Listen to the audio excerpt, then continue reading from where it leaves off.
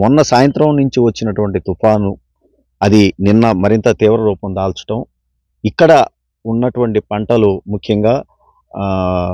మాగాణి కానివ్వండి, అరటి కానివ్వండి, అదేవిధంగా కూరగాయల పంటలు కానివ్వండి, పెసర, మినుము ఇలాంటి పంటలన్నీ కూడా దెబ్బతింటం జరిగింది. నిన్న ఉదయం నుంచే వ్యవసాయ శాఖ అధికారులు, ఉద్యానవన శాఖ అధికారులు, అదేవిధంగా వ్యవసాయ రంగంలోనే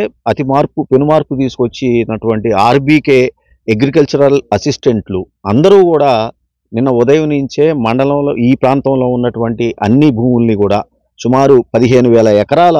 వ్యవసాయ భూమి ఉంది ఈ ఎంటీఎంసీ పరిధిలో, మొత్తం కూడా తిరిగి ఎన్యూమరేషన్ చేయడం జరిగింది. ఈ అధికారులందరూ కూడా జరిగినటువంటి ఈ నష్టాన్ని అంచనా వేసుకొని ఇవాళ ప్రభుత్వం ఇస్తున్నటువంటి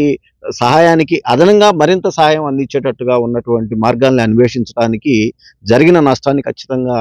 వ్యవసాయ శాఖ మంత్రి గారికి, అదేవిధంగా గౌరవ ముఖ్యమంత్రి జగన్మోహన్ రెడ్డి గారి నోటీస్ తీసుకొని వెళ్ళి రైతన్నలకు అండగా ఉంటామని చెప్పి ఈ సందర్భంగా తెలియజేసుకుంటాం.